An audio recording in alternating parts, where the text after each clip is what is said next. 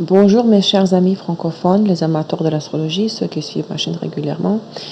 Je salue aussi les nouveaux qui découvrent ma chaîne. Je suis Olga Vassilchuk et j'aimerais vous présenter aujourd'hui une vidéo dans laquelle je vais analyser les transits planétaires pour 2 semaines entre le 26 août, qui va correspondre à la pleine lune en Poisson, jusqu'au 8 septembre 2018.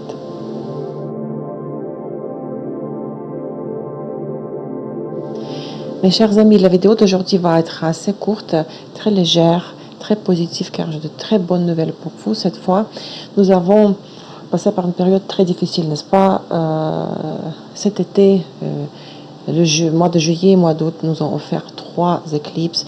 Nous avons vécu des restructurations majeures dans beaucoup de domaines de notre vie. Les énergies, les aspects les plus difficiles, les plus tendus, les plus contradictoires sont derrière. Nous sommes encore dans l'ombre de la saison des éclipses.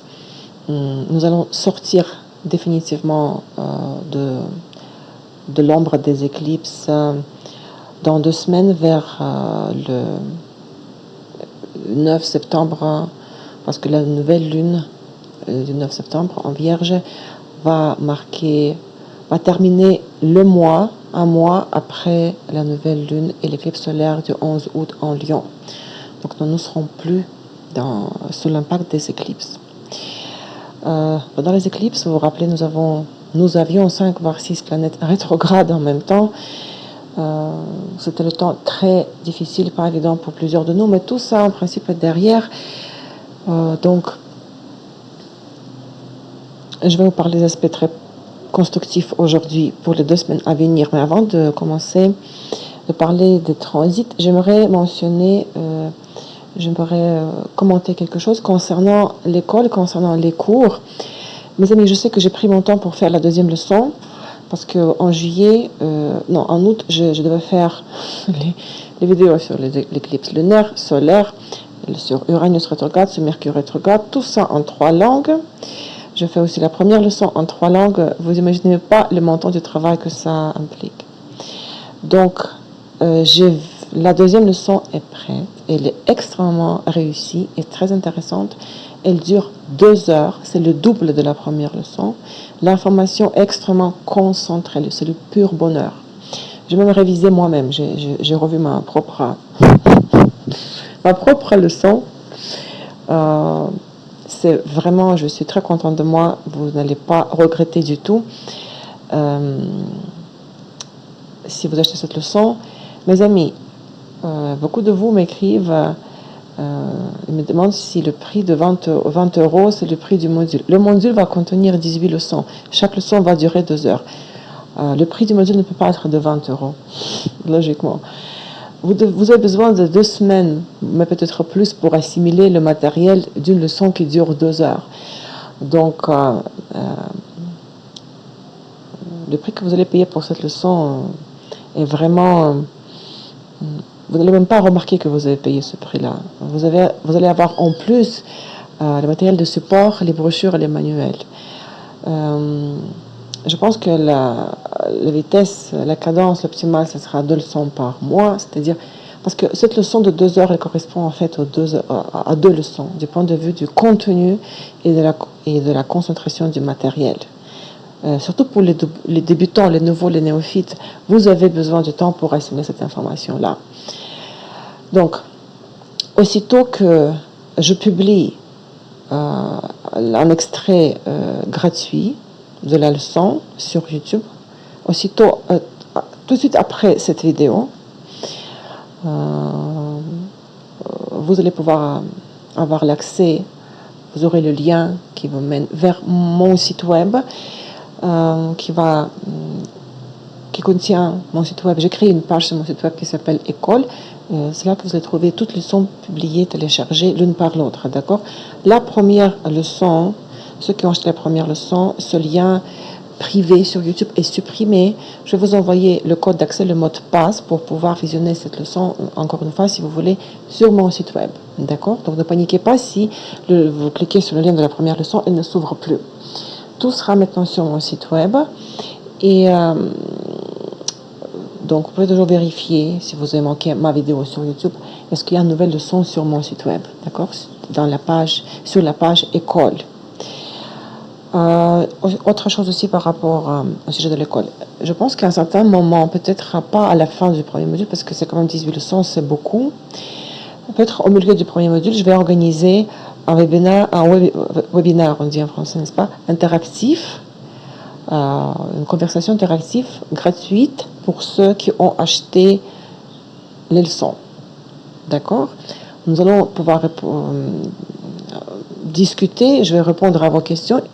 Nous allons analyser les exemples, vos thèmes. D'accord? Donc il n'y aura pas que la théorie, parce que il faudra pratiquer aussi la théorie. Donc ne vous inquiétez pas, encore quelques leçons et nous allons avoir une discussion interactive. D'accord? Donc voilà, c'était juste une petite partie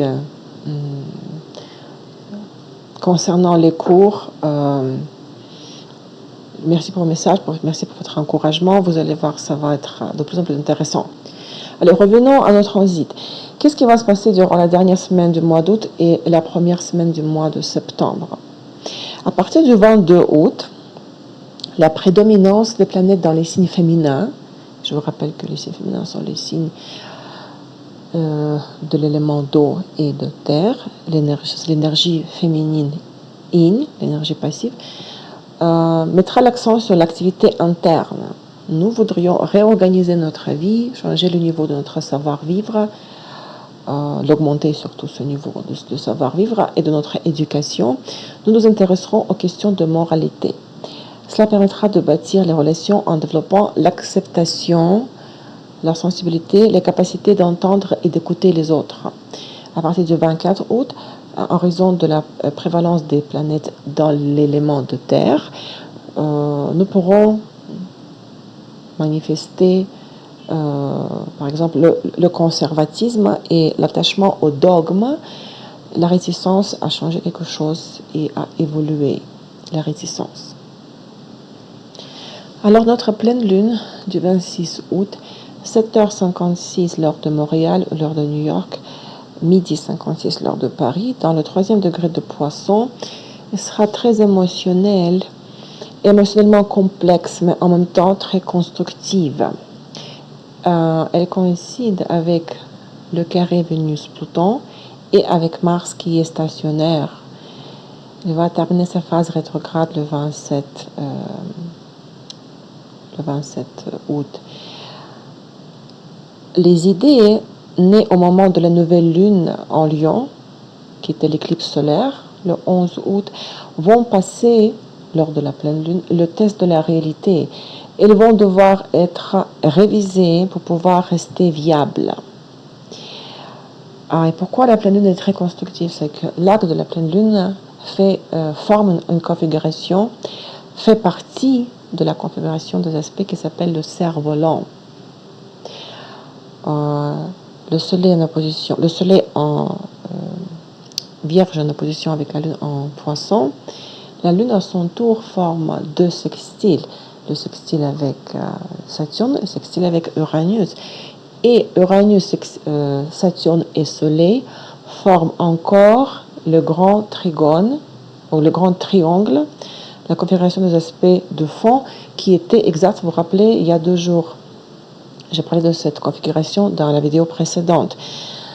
Donc, les énergies de cet aspect, de cette configuration du grand trigone sont encore ont encore un impact sur nous.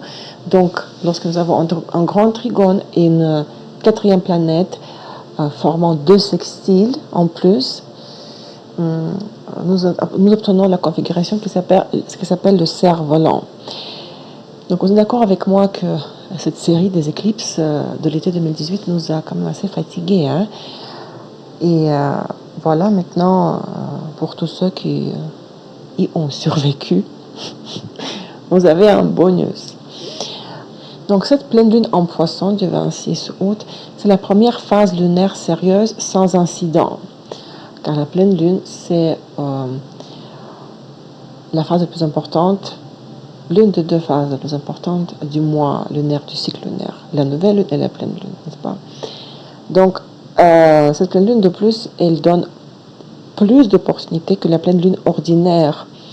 L'opposition habituelle du masculin, l'énergie masculine yang, le soleil, et du féminin, l'énergie féminine yin, passive de la lune, est lissée, l'opposition est lissée et harmonisée cette fois par cette configuration exceptionnellement chanceuse, le cerf-volant.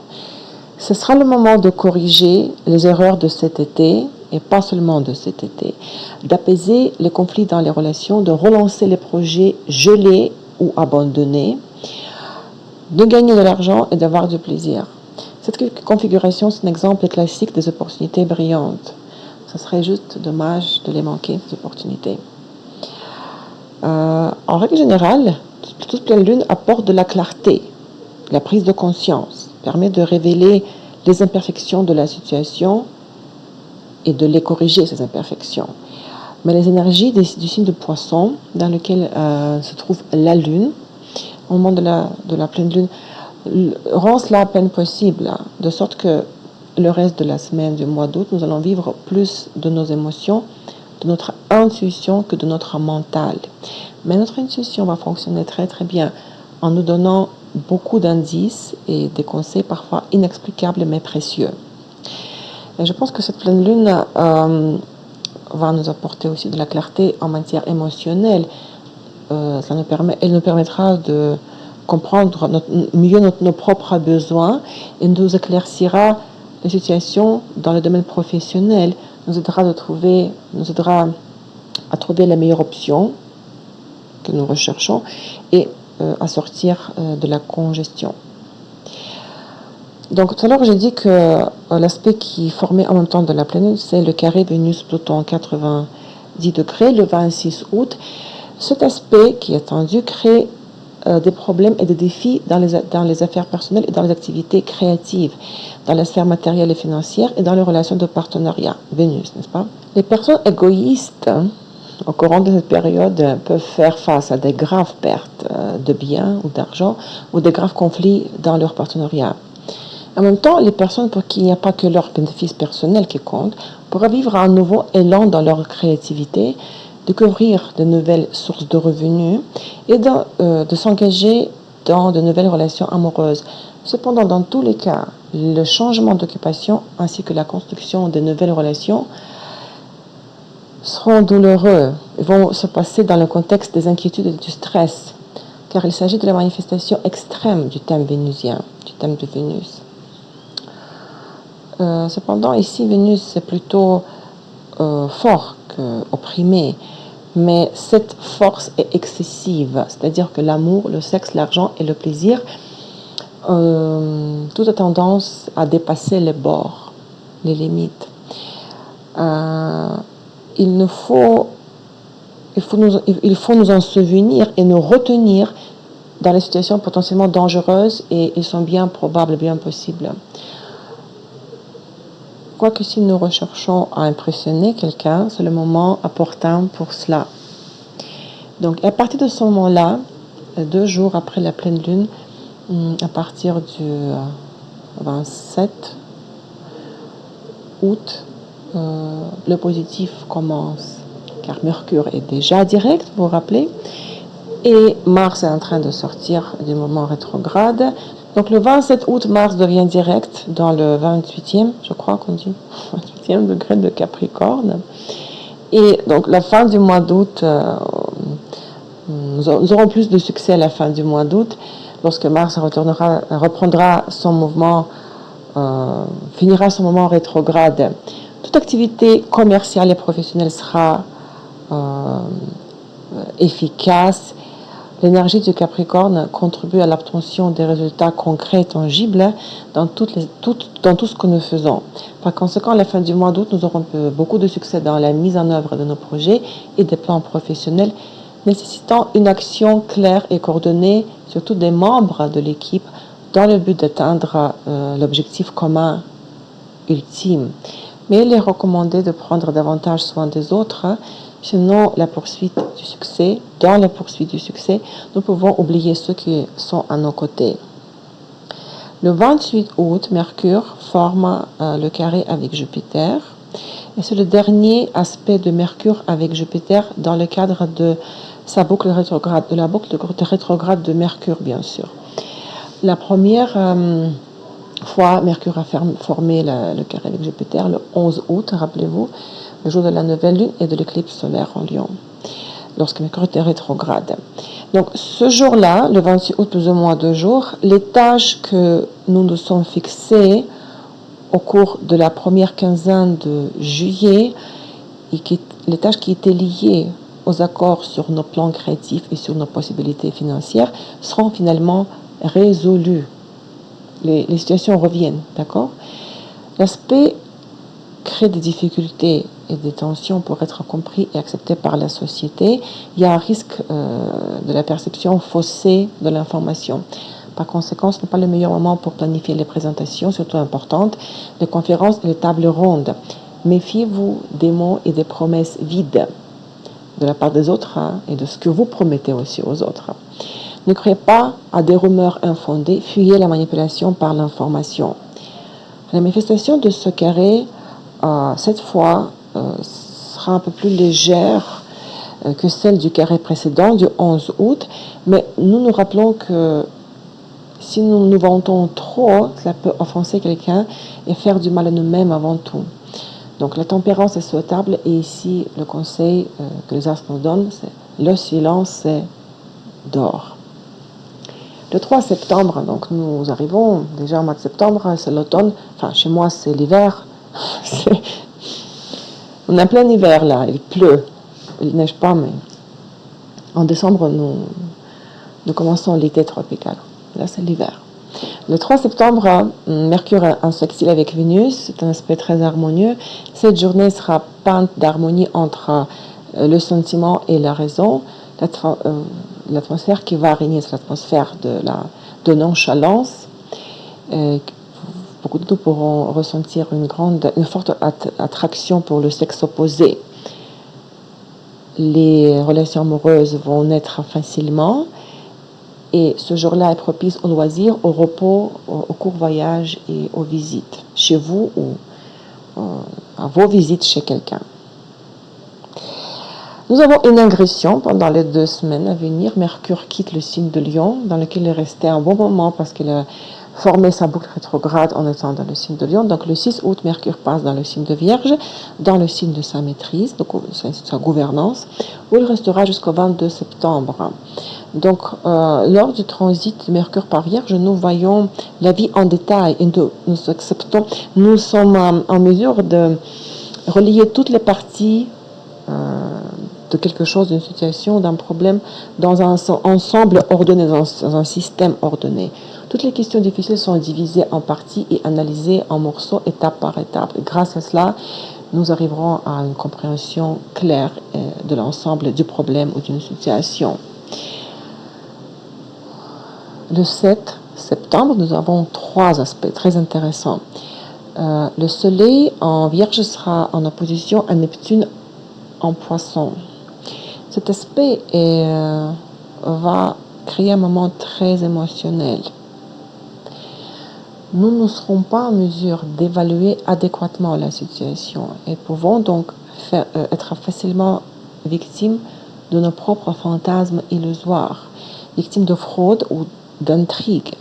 Ce jour-là ne sont pas propices aux négociations très importantes. Nous ne devons pas nous engager dans les négociations commerciales et surtout conclure des accords, signer les accords importants. Il faut être très prudent. Il ne faut dire rien qui pourrait être interprété par les autres comme un mensonge. Il faut utiliser les médicaments strictement selon l'ordonnance du médecin et éviter l'alcool durant l'opposition Soleil-Neptune, aussi durant le carré Soleil-Neptune. Mais là, nous parlons du transit de l'opposition Soleil-Neptune. En fait, ce transit Soleil en opposition à Neptune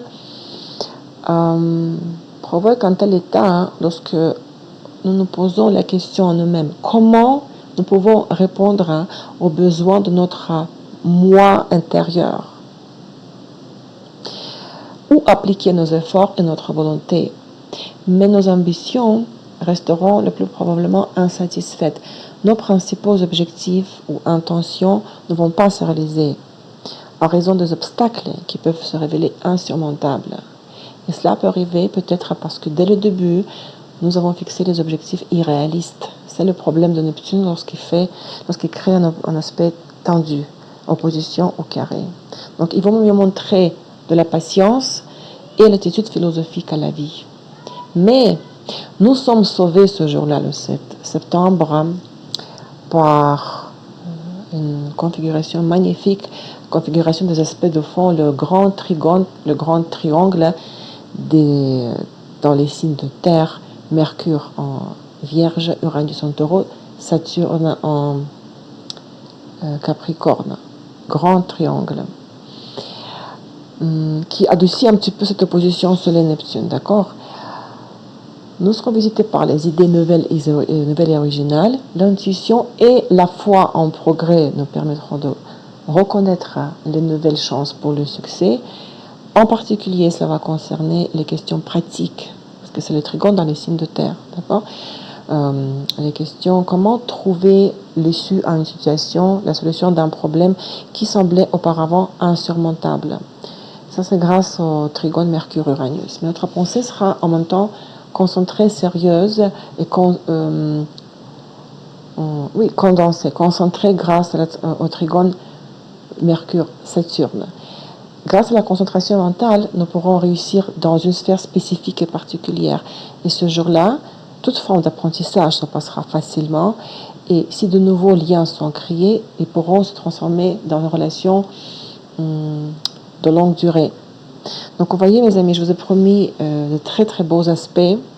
Ça n'existe jamais une semaine sans un carré ou une opposition. Mais la bonne nouvelle, c'est que Mercure est déjà direct, Mars redevient direct, les éclipses sont derrière, la configuration du cerf-volant est formée pendant la pleine lune, donc il y a beaucoup d'apaisement, il y a beaucoup d'énergie qui nous permettent d'aller de l'avant, de réaliser nos projets, d'agir. Enfin, les nuages se dissipent. Mais je vous remercie pour vos messages, pour votre soutien. J'aimerais juste faire une remarque, et je mis cette remarque pour la fin de la vidéo.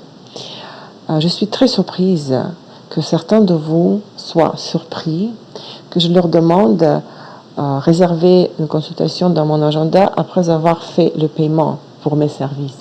Je ne donne pas de conseils, je ne commente pas le thème personnel de quelqu'un gratuitement. Je crois que je fais assez gratuitement pour vous tous en 3 langues. C'est la moitié de ma vie qui passe à préparer ces vidéos, d'accord, en 3 langues. Publier ça sur YouTube, et c'est libre d'accès, d'accord. Donc, je dois aussi gagner ma vie. L'analyse des thèmes personnels, les réponses aux questions personnelles, c'est du travail qui doit être payé. Donc, s'il vous plaît, si vous m'écrivez, certains de vous, heureusement il n'y en a pas beaucoup, mais il y a plusieurs messages depuis quelques derniers mois. Voilà, une question, qu'est-ce que ça veut dire chez moi, dans mon thème Uranus, dans telle maison? C'est votre thème. Et si vous voulez que j'analyse, ce sera fait lors d'une consultation. Je pense que c'est logique. Alors, lorsque je demande de commander un service, certains de vous sont surpris. Donc, je vais tout simplement ignorer ce genre de messages. Je ne vais même pas prendre mon temps à répondre. D'accord? Si vous êtes intéressé par mes services, mon site web propose la liste des services, les tarifs, le calendrier de réservation. Ça fonctionne ainsi, n'est-ce pas? Donc, merci pour ceux qui sont là, qui sont fidèles. Et si vous êtes intéressé par la deuxième leçon, voilà le lien. Si je la termine, le téléchargement, après avoir terminé cette vidéo-là, je vais la rajouter, la description un peu plus tard. Je vais la rajouter dans les commentaires. Mais attendez la publication de l'extrait gratuit.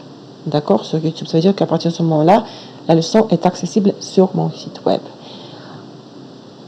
Une fois de plus, je me répète merci, merci, merci. Et on continue, n'est-ce pas? Donc, bonne chance à tous et à très bientôt.